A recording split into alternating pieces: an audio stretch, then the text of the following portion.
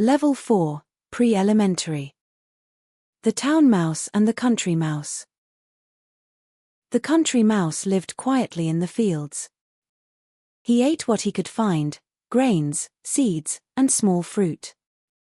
One day, his cousin, the town mouse, visited him. The town mouse tasted the simple food and laughed. "Dear cousin, come to the city with me.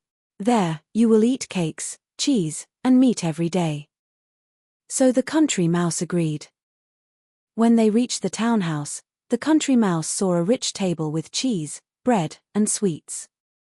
It looked amazing. But as they started to eat, a cat came into the room. The two mice ran in fear and hid. The country mouse's heart beat fast. He said, "Your life has rich food but too much danger. I prefer my safe, simple life in the country."